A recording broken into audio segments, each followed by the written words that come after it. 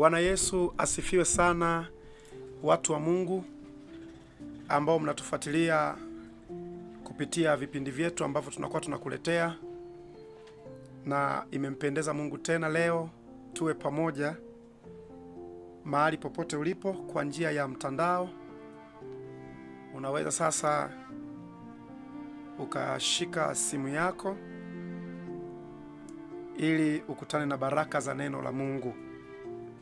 Bwana Yesu asifiwe sana. Ni Bishop Francis Mwaifuge kutoka madhabahu ya Sauti ya Ukombozi kwa watu wote. Nimekuletea neno la Mungu leo tena. Ujumbe wangu wa leo unasema nguvu ya maneno.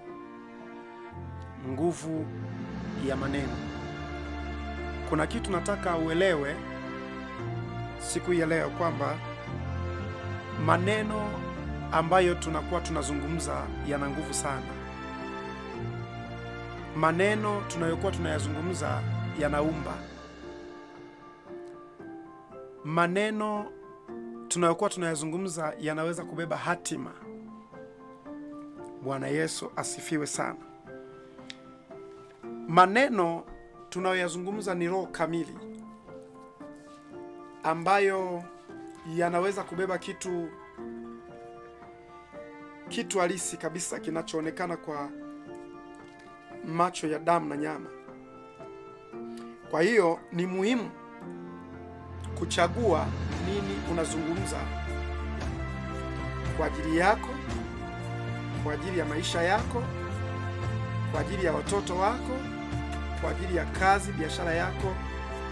Ni muhimu kuchagua unazungumza nini. Watu wengi huyadharau maneno. Watu wengi huyadharau maneno wanayoyasema, lakini hawafahamu kuwa maneno yana nguvu kubwa katika maisha ya mtu. Na watu wengi leo wamekuwa wagonjwa, masikini, wenye laana kwa sababu ya maneno yaliyotamkwa kwenye maisha yao au waliowahi kuyatamka wenyewe. Kwa hiyo matatizo mengi yamewapata watu kwa sababu kuna maneno waliyadharau. Kuna maneno yalitamkwa waliyapuzia. Kuna maneno walitamka wenyewe yamekuja kuwa matatizo kwenye maisha yao. Hebu kwa mfano uangalie kwenye kitabu hiki cha Mithali. Mithali sura ya 6. Mithali sura ya 6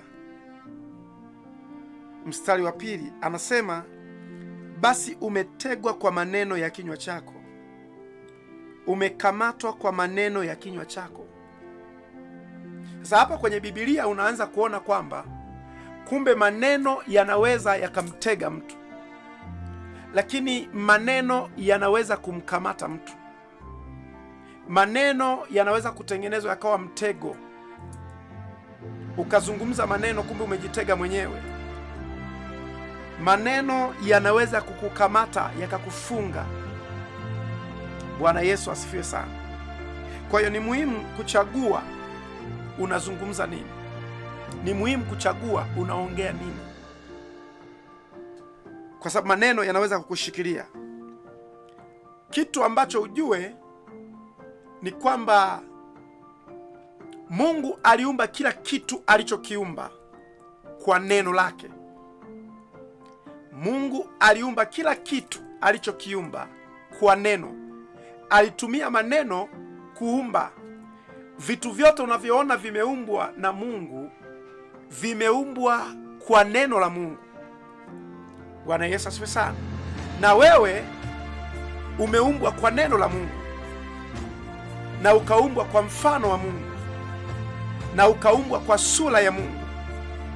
Kwa kuwa umeumbwa kwa sura ya Mungu na kwa neno la Mungu na kwa mfano wa Mungu, basi wewe nawe maneno yako unayoyazungumza, maneno yako unayoyatamka, maneno hayo yanakuwa ni roho kamili, na maneno hayo yanakuwa kitu halisi. Bwana Yesu asifiwe sana. Soma kwenye Biblia kama nilivyokuambia. Kwa mfano ukisoma kwenye kitabu cha Mwanzo kitabu cha Mwanzo kwenye Biblia hapa, utaona neno la Mungu linazungumza. Kitabu cha Mwanzo kabisa, ile Mwanzo 1 na mstari wake wa kwanza, Biblia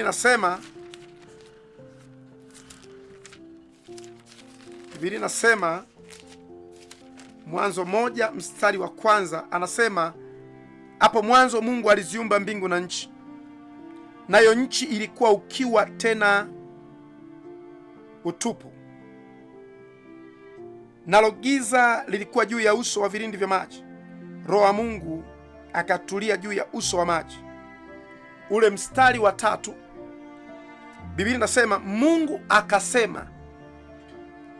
akasema iwe nuru, ikawa nuru. Bwana Yesu asifiwe sana. Na ule mstari wa 6 anasema Mungu akasema na liwe anga kati ya maji, likayatenge maji na maji. Naona ule mstari wa 9, Biblia inasema Mungu akasema.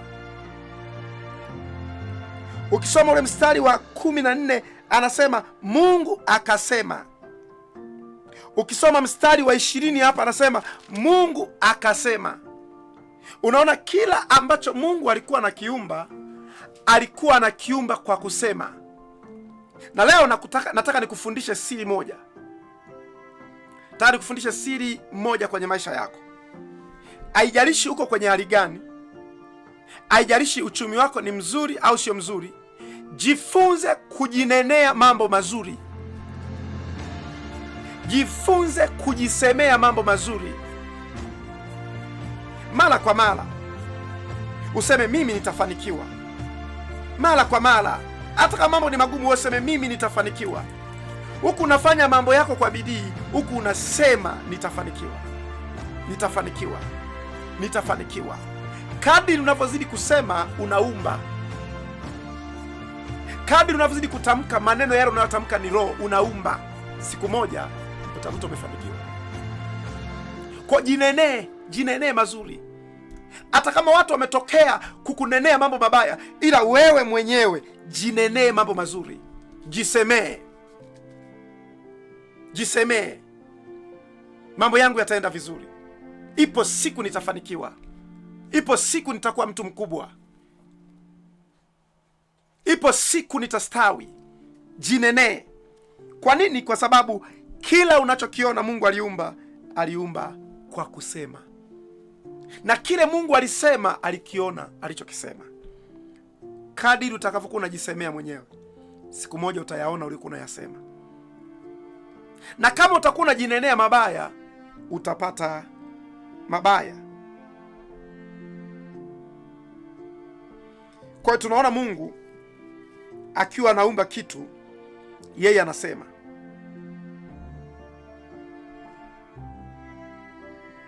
Bwana Yesu asifiwe sana. Tunatakiwa sisi kutenda vile Mungu atendavyo, kwa sababu tumeumbwa kwa mfano wake. Wacha nisome kitabu hiki cha Zaburi.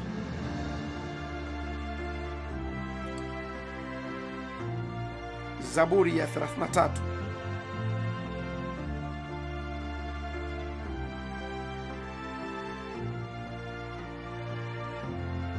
Zaburi 33 mstari wa 6. Biblia inasema, kwa neno la Bwana mbingu zilifanyika, na jeshi lake lote kwa pumzi ya kinywa chake. Kwa neno la Bwana mbingu zilifanyika.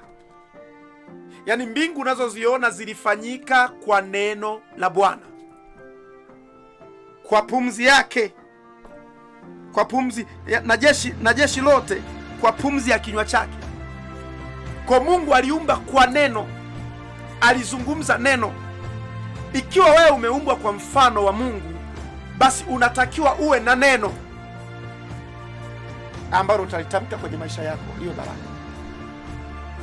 Na ndio maana kwa Mungu baraka ni neno. Ukipata neno kwa Mungu, ndio umebarikiwa. Ukifanikiwa kupata neno linalotoka kwenye kinywa cha Mungu kwenye maisha yako, basi umefanikiwa. Kwa nini? Kwa sababu tunaposema njoo tukubariki, manake tunataka tukutamkiwe neno. Tunapokutamkia neno, wewe unakuwa umebarikiwa. Na watu wengi hawafahamu kwamba mtu ambaye anakuwa amerogwa kwa neno, ametamkiwa maneno, na mtu anayekuwa amebarikiwa anakuwa ametamkiwa maneno mazuri. Kwa awe ni mtu mbaya anaroga akiwa hakuna mchawi ambaye anaroga atamki maneno. Na kama mchawi atakuloga asitamke maneno, huo ni uchawi hewa. Kwa sababu ili akuloge lazima usione kunakuwa na vibuyu, kunakuwa sijui na vitu wanachinja chinja. Achana na hivyo vitu vyote. Uchawi wenyewe ni yale anayoyasema kukuhusu. Atachinja, atafanya nini, atakuwa na vibuyu, atakuwa na ngoma zake, lakini mwisho wa siku ili akuloge lazima atasema maneno. Yale maneno ndio uchawi wenyewe. Mapepo yanabeba yale maneno, yakiyabeba yale maneno yanakuja kwenye maisha yako. Bwana Yesu asifiwe sana. Kwa mtu anazungumza kama ninavyofanya hivi, huyu mtu asifanikiwe, fulani asifanikiwe. Ni maneno yale, ni maneno ambayo mtu anakuwa yani, watu leo wanapita kwenye matatizo kwa sababu wametamkiwa maneno mabaya, na maneno haya yamewafikia. Hawakujua namna gani wanaweza kuyapangua, hawakujua namna gani wanaweza kuyakataa. Kwa maneno haya mabaya waliotamkiwa yamewafikia. Ninapokuwa kwenye madhabahu hii leo, kila maneno mabaya wamewahi kutamkia watu, Mungu ayafute hayo maneno kwenye maisha yako. Mimi ninakutamkia baraka badala ya maneno mabaya kwa jina la Yesu Kristo.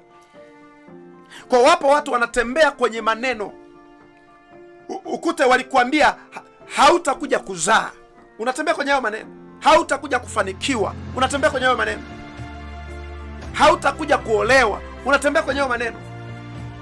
Ni maneno tu. Lakini tunapozungumza kwamba huyu mtu amerogwa, au wachawi wako sehemu wanaroga mtu, wanaroga biashara ya mtu, tegemea kuna maneno wanafanya. Ukiona wamemwaga sijui ni damu, ujue ni visaidizi tu, lakini uchawi wenyewe ni yale waliomtamkia. Niko hapa leo kuzungumza kwamba ikiwa kuna maneno umetamkiwa na yamekupata, Mungu ninayemtumikia akayafute maneno hayo kwa damu ya Yesu Kristo wa Nazareti aliye hai. Utoke kwenye maneno mabaya, maneno yaliyobeba mikosi, maneno yaliyobeba kuchanganyikiwa, maneno yaliyobeba kushindwa. Utoke kwenye hilo eneo kwa jina la Yesu. Ngoja nikwambie, wakati mwingine unahangaika sana, unateseka sana, kumbe kuna watu wametamka mambo mabaya kuhusu wewe. Kuna watu wamezungumza mambo mabaya kuhusu wewe.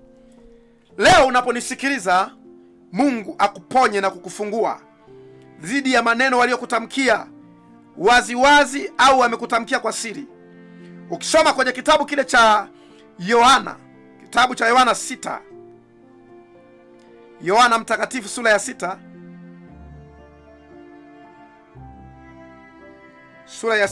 Yohana mtakatifu sura ya 6 na mstari huu hapa wa 63, anasema roho ndiyo itiayo uzima, mwili haufai kitu. Maneno ninayowaambia ni roho tena ni uzima. Yesu anasema maneno anayoyasema yeye ni roho, alafu maneno hayo ni uzima. Kwa upo uwezekano wa watu wakatamkiwa maneno ambayo ni roho lakini sio uzima. Ni maneno hayo hayo lakini ni mauti. Ni maneno hayo hayo lakini yamebeba mauti, yamebeba kuharibikiwa. Na mimi nakwambia ukweli, asilimia kubwa ya watu wengi wanatembea kwenye matatizo ya maneno waliotamkiwa. Usikubali kukaa na maneno mabaya waliokutamkia watu. Njoo kwenye maombi, tufute maneno yoyote mabaya wamekutamkia. Tufute maneno waliosema utaanza kufanya kazi au utafanikiwa, utafanya biashara, hayo ni maneno hayo. Hayo ni maneno. Utasafiri uende wapi au utafanikiwa. Hayo ni maneno hayo, na ndo chawi wenyewe. Maneno yana nguvu. Bwana Yesu asifiwe sana. Wakati mwingine hata wewe mwenyewe unaweza kujitamkia maneno na yakakupata. Na mara nyingi tunajitamkia maneno mabaya baada ya kupita kwenye changamoto fulani. ndio unaanza kujitamkia mimi. Mimi hapana. Sisi ndio maskini hivi hivi. Sisi kwetu hakuna mafanikio. Yaani sisi kwetu wote tuko hivi hivi, hatuwezi kufanikiwa kwetu. Anza wewe kujizungumzia, jiumbie maneno mazuri. Hata kama uone njia, wewe sema. Kwenye ile Mwanzo tumesoma, Biblia inasema hapo mwanzo Mungu alipoumba kulikuwa na giza, kulikuwa na ukiwa, kulikuwa na utupu. Aliyeanza kuleta nuru ni aliyesema. Mungu alipoona kuna giza, alipoona kuna utupu, hamna chochote, alipoona kuna ukiwa, aliamua kusema. Akasema iwe nuru, nuru ikatokea katikati ya giza. Sasa haijalishi leo uko kwenye giza la namna gani kwenye maisha yako, hebu tamka nuru mwenyewe. Popote unaponisikia, jitamkie nuru. Pengine upo kwenye giza totoro, hauelewi nini cha kufanya, hauelewi nini wapi pa kwenda. Upo kwenye giza, hauelewi unaishi ili iweje, umechoka hata kuishi. Nataka nikwambie, anza we mwenyewe kujitamkia nuru. Jitamkie kwamba iko njia niendako. Jitamkie kwamba ipo siku nitafurahi. Jitamkie kwamba ipo siku nitafanikiwa, na kweli utafanikiwa. Bwana Yesu asifiwe sana. Amesema maneno ninayowaambia ni roho, tena ni uzima. Maneno ni roho. Unapoyakubali maneno yake kuingia, yanakuwa roho na yanaanza kutenda jambo lile ambalo limekusudiwa kukupitia hilo neno. Kwa usikubali watu wanakutamkia maneno mabaya, unayabeba. Siku unapokuwa haujafanikiwa, unasema sijafanikiwa kwa sababu ya yale maneno ambao walinitamkia, kwa yamekuwa na nguvu juu yako. Laiti ungejua, ungekwenda kwenye maombi, ungemwamini Yesu Kristo. Yesu Kristo ayaondoe maneno uliyotamkiwa mabaya, ayafute maneno uliyotamkiwa mabaya, yanafutika kwa damu ya Yesu. Haleluya. Kitabu cha Ezekiel sura ya 2 mstari wa 1 na wa 2, Biblia inasema, naye aliposema nami roho ikaniingia. Naye aliposema nami roho ikaniingia. Kwa kuna watu, kuna roho zimewaingia baada ya kusikiliza mambo fulani ya kushindwa. Mumesikiliza maneno ya kushindwa, mmekuwa watu mlioshindwa. Bwana Yesu asifiwe sana. Yaani umekutana na watu walioshindwa kwenye maisha, unasikiliza maneno yao, maneno yale yanakuwa na nguvu. Alafu na wewe unajikuta unachokifanya unashindwa. Unakata tamaa ya kufanya kwa sababu umesikia maneno ya kushindwa. Haujapata maneno ambayo maneno hayo ni ya kukutia nguvu uendelee mbele. Umepata maneno kwa walioshindwa. Wanazungumza kushindwa, wanazungumza kukwama. Achana na watu ambao wanazungumza kushindwa kwenye maisha yao. Ukiwafanya kuwa karibu na wao utashindwa. Sikiliza watu ambao wanazungumza kushinda. Haijalishi wanapita kwenye mazingira gani, yale maneno yao yatawasaidia kuvuka. Yale maneno yao yatawatengenezea njia. Bwana Yesu asifiwe sana. Una marafiki ila wameshindwa.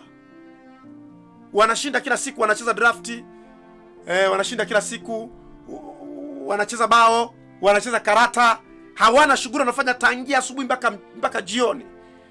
Hao ndio marafiki zako. Maneno wanayoyazungumza kuhusiana na maisha ni maneno ya kushindwa tu, na wewe utakuwa ni mtu uliyeshindwa.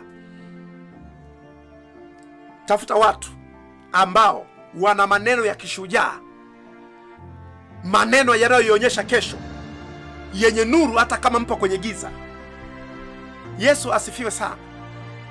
Bwana Yesu asifiwe sana. Watu wengi wameanguka kwa sababu ya watu wengine. Wameanguka kwa sababu wale watu wengine wamewaambukiza kushindwa. Mtu anaamka asubuhi anazungumza kushindwa, wakati asubuhi tunazungumza matumaini. Asubuhi tunatabiri mafanikio ya siku nzima. Lakini mtu anaanza asubuhi, ameamka anasema yani kwa kweli hali ni ngumu sana. Hali ni ngumu sana, ni asubuhi. Asubuhi unatakiwa unaamka, unatabiri ya maisha yako, unatabiri, unajitamkia mazuri, ndio siku inaanza. Bwana Yesu asifiwe sana. Haiwezi kawa siku inaanza wewe umeanza kusema yani maisha haya ni magumu sana, hali ngumu sana. Sijui hata leo wenyewe sijui kama leo mambo yataenda, sijui. Ni asubuhi. Biblia inasema rehema za Mungu ni mpya kila siku. asubuhi. Rehema za Mungu zinakuwa ni mpya, yaani kila siku asubuhi rehema za Mungu ni mpya. Ila unazungumza nini kwenye maisha yako? Unasema nini kwenye maisha yako? Kama wewe mwenyewe umekata tamaa, nani akuzungumzia mazuri wewe ukiwa unajizungumzia mabaya? Nimekuja hapa kukuambia, unayenifuatilia, mimi natamani mtu yeyote anayenifuata aingie kwenye mafanikio. Kiu yangu ni kuona watu wanatoka kwenye utumwa, wanasimama wao kama wao. Kiu yangu ni kuona walioonewa wanatoka kwenye kuonewa, wanasimama wao kama wao. Hicho ndicho ambacho nimeitiwa, kuwasimamisha waliolegea, walioishiwa nguvu, wamechoka, wamekata tamaa, wasimame tena. Ninakuombea kusimama tena, wewe unayenisikiliza, wewe unayenitazama, wewe unayenifuatilia. Nani rafiki yako? Nani unaambatana naye? Ana faida gani kwenye maisha yako? Umechagua nani awe mshauri? Umechagua nani wa kumfuata? Maisha yako yanaweza kuharibika kupitia watu unaofuatana nao. Maisha yako yanaweza kuharibika kupitia watu wanaokushauri. Nani umemchagua asimame mbele yako? Nani umemchagua kushauri? Anazungumza nini kwenye maisha yako? Maneno yanauma. Maneno yana nguvu. Maneno unayoyapokea, maneno unayoyasikia yana nguvu. Hata haya unayoyasikia muda huu yana nguvu, yanaweza kukubadilisha. Bwana Yesu asifiwe sana. Zaburi ya 119. Zaburi ya 119. Kitabu cha Zaburi 119.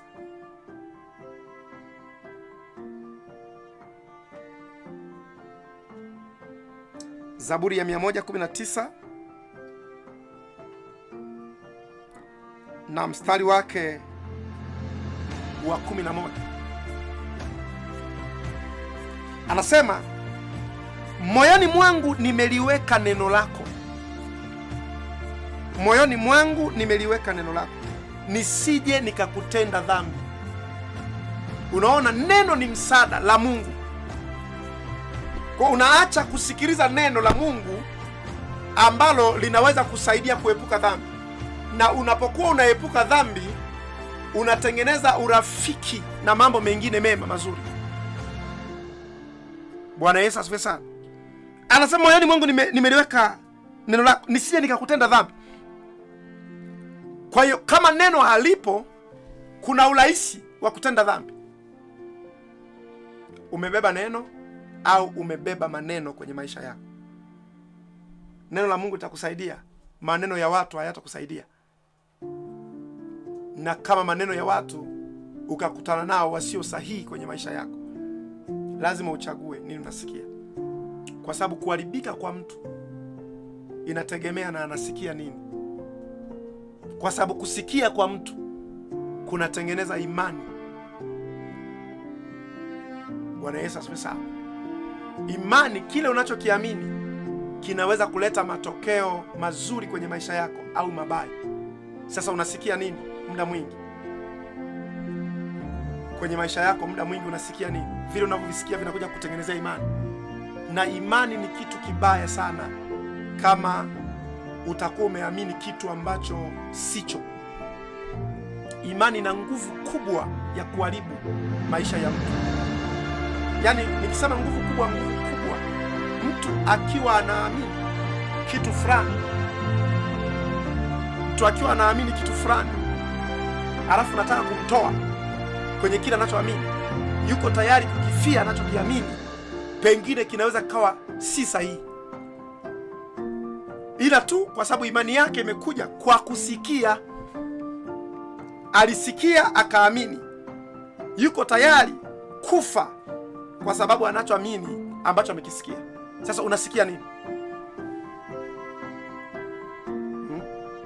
Tunawasikiaga watu wanasema mimi tuko tayari kufa, lakini ukiangalia kile wanachokiamini unakuta sicho, lakini wamejihami wako tayari kufa kwa ajili ya wanachokiamini. Je, uko tayari kufa unachokiamini ni sahihi? lakini kimetokea kwenye kile unachokisikia. Maneno uliyoyasikia yametengeneza imani. Kuna watu wameambiwa, mtu ameambiwa tu, amesikia maneno, labda kaambiwa mume wako ni muuni, anatembea na fulani. Baada ya kusikia, amejenga imani, amefika nyumbani, anavizia mume wake amelala, anachemsha maji ya moto kitandani, amemwagia. Kwa kusikia, ameamini kweli anafanya. Lazima uchuje unasikia nini kwenye maisha yako. Bwana Yesu asifiwe sana. Kwa hiyo hapa anasema nimeliweka moyoni mwangu nisije nikakutenda dhambi. Kwa hiyo neno la Mungu linapokaa ndani yako linazuia usitende dhambi. Kwa tunaweza kusema hivi, maneno ni roho kamili. Yaani maneno ni roho kamili ambayo hii roho inaweza kumshika mtu. Yaani maneno ni kitu kinakuja kutokea, kitu kamili kwa kupitia maneno. Unapozungumza tena na tena, hebu anza leo, anza kujizungumzia. Lakini unachokizungumza anza kukiamini. Kwa mfano unasema mimi ni tajiri, mimi nitakuja kutajirika, mimi nitakuja kutajirika. Na unaamini hivyo, Kilo utajiri wenyewe unaumbwa na wewe. Bwana Yesu asifiwe sana. Kwa wapo watu wamefungwa, wapo watu wamerogwa, lakini wamerogwa kwa kupitia maneno. Maneno yamewafunga, maneno yamewashikilia. Kwenye kitabu kile cha Yeremia, unaona Yeremia, Mungu anamwambia Yeremia, nimekuchagua. Yeremia anasema hivi, mimi ni mtoto mdogo, siwezi. Yaani Mungu anakuona mkubwa, wewe unajisemea mimi ni mdogo. Mungu anakuona unaweza, wewe unasema mimi siwezi. Bwana Yesu asifiwe sana. Kwenye maisha yako inatakiwa uamini na ujinenee kuweza. Jisemee tena na tena, tena na tena, mwisho wa siku utafanikiwa. Ninakuombea katika jina la Yesu, wewe unayetufuatilia kwenye hivi vipindi, neema ya Mungu ikusimamishe. Laana ya maneno waliokutamkia, haijalishi aliyekutamkia ni nani. Mungu tunayemtumikia anaweza kupindua hayo maneno. Mungu tunayemtumikia anaweza kuyapindua hayo maneno uliyotamkiwa. Pengine shughuli zako haziendi kwa sababu walikusemea vibaya. Kwa kama watu wamekusemea vibaya, maana yake wamekuroga. Kama mambo hayaendi na watu walikusemea vibaya, maana yake wamekuroga. Lakini amini damu ya Yesu. Amini Yesu anaweza kubadilisha maisha yako. Na kuanzia leo hii unaponisikia, anza kujisemea mwenyewe. Sema nitafanikiwa. Sema nitafanikiwa tena. Sema nitafanikiwa tena. Maneno hayo yana nguvu ya kuumba. Mungu akubariki sana popote ulipo. Mungu akubariki. Usiache kutufuatilia kwenye vipindi vyetu kupitia mitandao yote ya kijamii. Popote ulipo, taifa lolote, nchi yoyote, mkoa wowote, tufuatilie kwenye mitandao na namba zetu zinapita hapo chini. Unaweza kuweka sadaka yako. Mungu akubariki sana. Amen.